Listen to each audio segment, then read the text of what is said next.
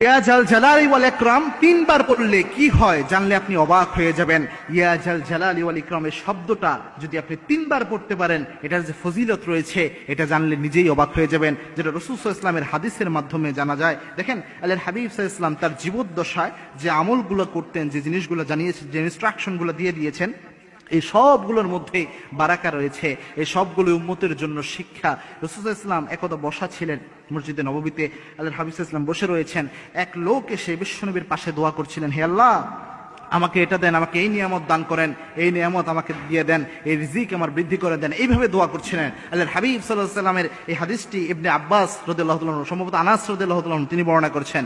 আনাস রাদিয়াল্লাহু তাআলা আনহুকে বিশ্বনবী বললেন, আনাস এই লোক যে এখানে বসে দোয়া করছে, আল্লাহ আমাকে এই নিয়ামত দেন, এই রিজিক দেন, এই জিনিস দান করেন, এই ব্যক্তির দোয়া আল্লাহ খালি হাতে ফেরত দেবে না।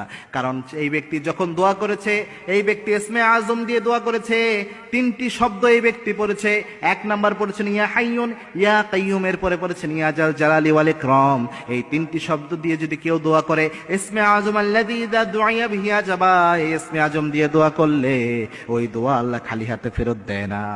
এই লোক যেহেতু এই জিনিস দিয়ে দোয়া করেছে, সুতরাং এর দোয়া কবুল হবে। এখানে যে ইয়া জাল জালালি ওয়াল ইকরাম এই জিনিসটা পেলেন, এই ইয়া জাল জালালি ওয়াল ইকরাম এটাকে ইসমে আজম বলা হয়।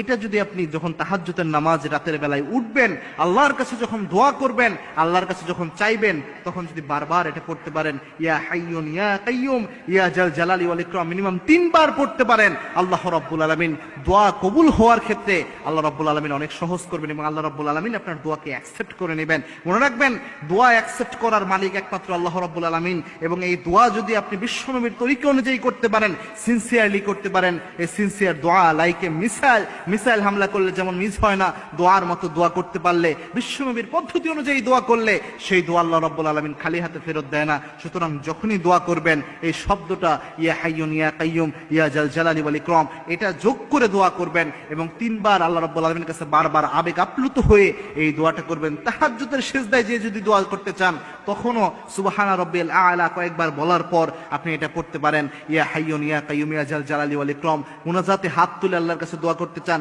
তখনও আপনি এটা আমল করতে পারেন, ইয়া হাইয়ুন ইয়া কাইয়ুম ইয়া জাল জালালি ওয়াল ইকরাম। অথবা নামাজে সালাম ফিরানোর আগে যখন আমরা অনেক সময় মাসনুন দোয়াগুলো যে করা হয়, যেটা রাসূল সাল্লাল্লাহু আলাইহি ওয়াসাল্লাম সারা জীবন করেছেন, এই অবস্থায় যদি আপনি এই আমলটা করতে পারেন, ওই সময় আপনি এই 3টে শব্দ পড়ে এরপরে যদি আপনি এই দোয়াটা করতে পারেন, যে কোনো দোয়া, যে কোনো মনের বাসনার জন্য আল্লাহর কাছে চাইতে পারেন, আল্লাহ রাব্বুল আলামিন আপনার মনের আশা ভরসা অবশ্যই আল্লাহ রাব্বুল আলামিন কবুল করে নেবেন। এবং এই দোয়াটি, এই শব্দটি আল্লাহ রাব্বুল আলামিন সবচেয়ে পছন্দ করেন। এই শব্দ 3টিকে এই জন্য ইসমে আজম বলা হয়। এই আমল করার তৌফিক আল্লাহ আমাদের সকলকে দান করুন, আল্লাহুম্মা আমিন।